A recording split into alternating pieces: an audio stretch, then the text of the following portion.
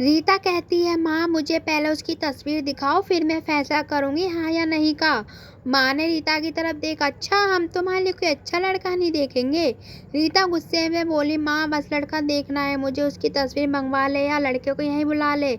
माँ ने उत्तर दिया, पागल, शर्म नहीं आती, चल दफा हो जा अपने कमरे में। बाबा भी आ गए। क्यों डांट रही हो मेरी बच्ची को? रीता बाबा के पास गई, जाकर कहने लगी, बाबा मुझे लड़का देखना है। बाबा ने मुस्कुरा कर कहा, हाँ बेटी, तुम्हारी मर्जी से ही करेंगे शादी, कल मैं उसकी तस्वीर मंगवा लूंगा। लड़के का अपना होटल है, पढ़ा लिखा है, प्यारा है, लेकिन रीता को तो लड़का देखना था। तस्वीर आ गई, देखा लड़का तो प्यारा है। रीता ने हाँ कर दी। 10 दिन में ही रीता की शादी हो गई। रीता का हमसफर सुशील अरेंज मैरिज थी, ना कभी मुलाकात हुई थी, ना कभी कोई बात, कभी एक दूसरे को मिले भी नहीं। ये ऐसा पवित्र रिश्ता होता है, दो अजनबी एक जान हो जाते हैं, जो कभी जिंदगी में मिले भी ना हो, वे पल भर में एक दूसरे की जान बन जाते हैं। पहली रात ही सुशील कमरे में आया, हाथ में आइसक्रीम पड़ी थी। रीता नजरें झुकाए बैठी थी। आइसक्रीम तो रीता की फेवरेट थी। सुशील ने नमस्ते किया और पास बैठ गया। सुशील थोड़ा सा शरारती भी था। आइसक्रीम खाते हुए बोला, जितने पैसे शादी पे खर्च किया उतने काश में आइसक्रीम खा लेता। रीता का घूंघट उठाकर बोला, आप खाएंगी? पहले तो रीता ने शर्माते हुए मना कर दिया, फिर सुशील ने प्यार से कहा, खा लो, प्यार बढ़ेगा। रीता को आइसक्रीम दी और खुद कपड़े बदलने लगा। रीता सारी आइसक्रीम खा गई। सुशील ने जब पूछा, आइसक्रीम कहाँ है, तो रीता मुस्कुराने लगी, वह तो मैं खा गई। सुशील भी मुस्कुराने लगा, बहुत कंजूस हो आप, पहले कहती नहीं खाती, अब देखो सारी की सारी खा गई। हाय मेरी आइसक्रीम 50 रुपए की थी। रीता सुशील को पहले ही रात इतना तो समझ गई कि सुशील दिल का बहुत अच्छा है। रात भर मोहब्बत भरी बातें होती रही। जिंदगी असल जिंदगी मंजिल की तरफ मुड़ गई थी। वक्त गुजरने लगा। रीता के भाई की शादी थी।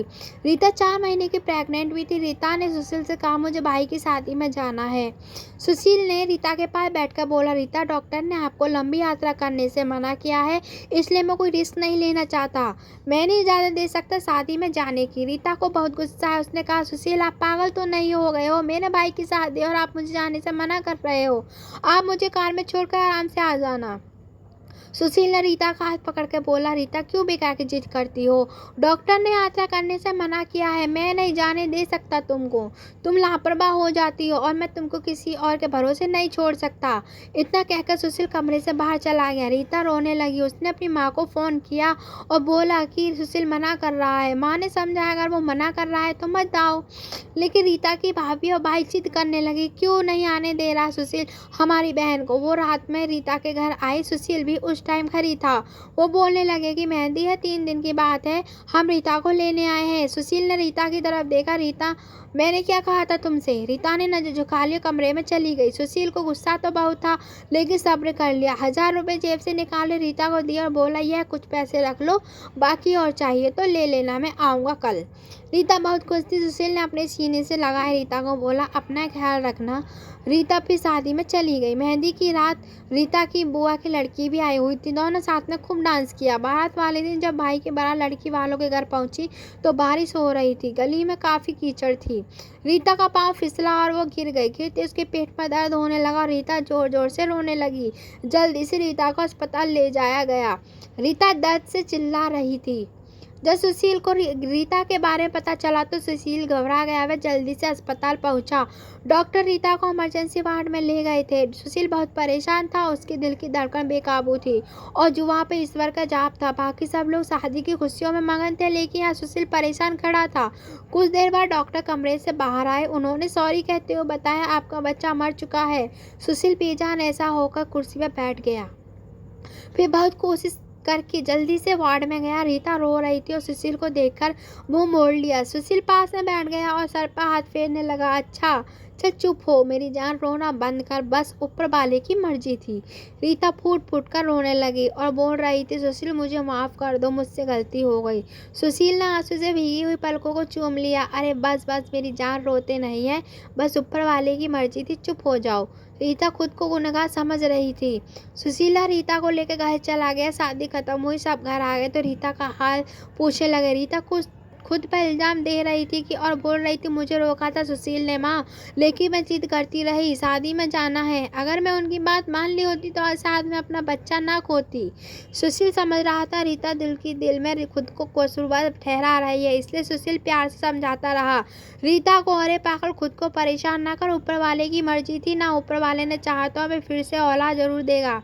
रीता सुशील की आंखों में देख रही थी। सुशील आप इतने अच्छे हैं, मुझे डांटा नहीं, आपने कुछ कहा नहीं। सुशील ने लंबी सांस ली और मुस्कुरा कर बोला, जब तुमने मेरी बात मानी ही नहीं थी तो रीता अब कुछ कहने का क्या फ़ायदा। रीता सुशील को खामोश गुस्सा समझ रही थी। 1 साल बाद फिर ऊपर वाले ने उनका बेटा दे दिया, सब बहुत खुश थे। सुशील बाहों में अपने बेटे उठाकर चूमने लगा। रीता बेड पर लेटी सुशील की आंखों में बेटे की मोहब्बत में निकलते आंसू देख रही थी। जिंदगी में अच्छे दिन आते हैं, लेकिन अक्लमंद वही होता है जो खुद को हर हाल में ढाल लेता है। सुशील के 2 भाई थे जो सुशील से अमीर थे। उन दोनों भाइयों का अपना अच्छा खासा बिजनेस था, लेकिन सुशील का छोटा सा होटल था जिससे बस गुजारा हो रहा था। एक दिन रीता ने जिद किया कि सुशील बच्चों को गर्मी लगती है, इसलिए बहुत रोता है, मेरे कमरे में एसी लगवा दो। सुशील ने रीता के सर पर हाथ रखकर बोला, अरे रीता पागल हो गई हो क्या, मेरे पास इतने पैसे नहीं है। लेकिन रीता जिद करके बैठ गई थी कि मुझे मेरे कमरे में एसी चाहिए। सुशील ने अपने बेटे को सीने पर रखकर खेल रहा था उसके साथ। रीता बस एसी लगवाने की जिद किए बैठी थी। सुशील ने रीता का हाथ पकड़कर अपने करीब किया और बोला, रीता पता नहीं क्यों इतनी जिद्दी हो तुम, लगवा दूंगा एसी। फिर बाद में सुशील ने एसी लगवा दी कमरे में। कुछ समय बाद ऊपर वाले ने उन दोनों को एक पेटी दी। वो दोनों बहुत खुश थे। सुशील रीता को अच्छी तरह ख्वाहिश पूरी करता था। सुशील लेकिन फिर भी छोटी छोटी बातों पर उनमें झगड़ा रहता ही था। बेटा 4 साल का हो गया था और बेटी छोटी थी। सुशील का होटल का काम अच्छा नहीं चल रहा था। एक दिन सुशील कुछ परेशान था और जब वह घर आया तो देखा बेटे ने उसका लैपटॉप तोड़ दिया था और रीता मोबाइल पर लगी हुई थी। सुशील ने देखा लैपटॉप टूटा पड़ा है। सुशील चिल्लाकर बोला, रीता यह क्या है। रीता ने देखा और बोला, यह आपके लाडले ने तोड़ा है। सुशील गुस्से में पहले ही था। उसने रीता को गाली देकर बोला, तुम्हारा दिमाग काम नहीं करता, इसमें मेरा सारा ठाटा था, तुम पागल हो क्या, जाओ खाना लेकर आओ। रीता गुस्से में बोली, सुशील मैं नौकरानी नहीं हूँ, सारा दिन बच्चे को संभालूं और फिर तुम मुझे गाली दो। सारा दिन इतना काम करूँ, कदर इतनी सी है, गाली दे रहे हो। रीता खाना लेकर आई। बैगन बने हुए थे। सुशील ने बैगन देखकर चिल्ला कर बोला, तुम्हारा दिमाग खराब है, तुमको कितनी बार समझाया मैं बैगन नहीं खाता।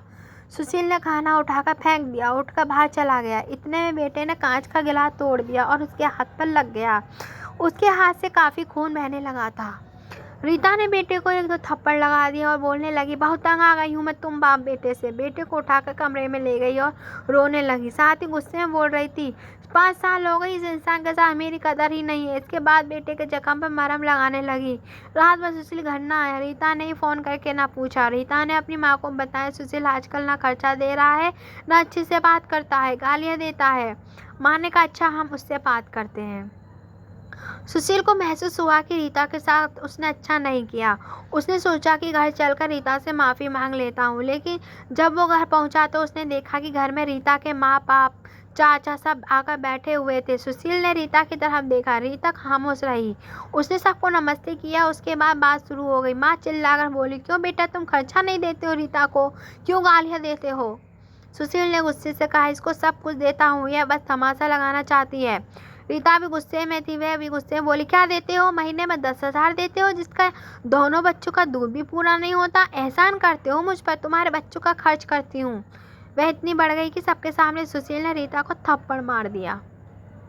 रीता की माँ को बर्दाश्त ना हुआ। वह अपनी बेटी को साथ ले गई, दोनों बच्चे भी साथ ले गई। सुशील ने भी उन्हें रोका नहीं। रीता नाराज होकर चली गई। रीता को थप्पड़ जैसा जोर का लगा था और चेहरे पर निशान बन गया था। माँ भी रोने लगी, ना जाने पहले भी कितना जुल्म करता होगा मेरी बेटी पर। सुशील पहले से ही अपने होटल में कमाई न होने की वजह से परेशान था और अब यह परेशान ही बन गई। रीता मायके में थी, सुशील यहाँ पर घर में परेशान था। हालात इतने ख़राब हो गए कि सुशील को अपना होटल बेचना पड़ा। 2 महीने गुजर गए तो उन्होंने एक दूसरे से बात तक नहीं की। दोनों गुरूर में थे। सुशील को लगता था खुद गई है खुद आएगी, और रीता की अकड़ थी कि सुशील मनाने आएगा तो जाऊंगी। ऐसे ही 8 महीने गुजर गए। कोई बातचीत नहीं हुई। सुशील के एक दोस्त ने सुशील से पूछा, कमाने विदेश जाओगे तो बताओ, मेरे पास वीज़ा है। हालात काफ़ी बुरे थे, इसलिए सुशील विदेश चला गया और नंबर बंद हो गया।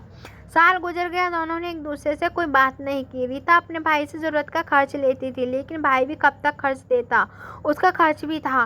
कभी रात के बच्चे कोई नुकसान कर दे या कोई चीज़ तोड़ दे तो रीता की माँ भी हज़ारों बातें सुनाती थी। रीता चुपचाप सुन लेती थी, क्या करती आगे किसी को कुछ बताती भी ना थी। दिवाली का दिन था। रीता ने भाई से कहा, पैसे दे दो, बच्चों को शॉपिंग करवानी है। भाभी पास से बोली, बहन इनके लिए हमारे पास फालतू के पैसे नहीं हैं। उस इंसान के साथ नहीं रह सकती तो तलाक लेकर किसी दूसरे से शादी कर लो और जाओ यहाँ से। रीता उस दिन बहुत रोई थी। उसे एहसास होने लगा था कि उससे कितनी बड़ी गलती हुई है सुशील को छोड़कर। सुशील भी दुबई में बच्चों को याद करके बहुत रोता था। उधर रीता के भाई ने रीता के लिए एक आदमी देखा था जिसकी पत्नी की मृत्यु हो चुकी थी और उसके 4 बच्चे थे।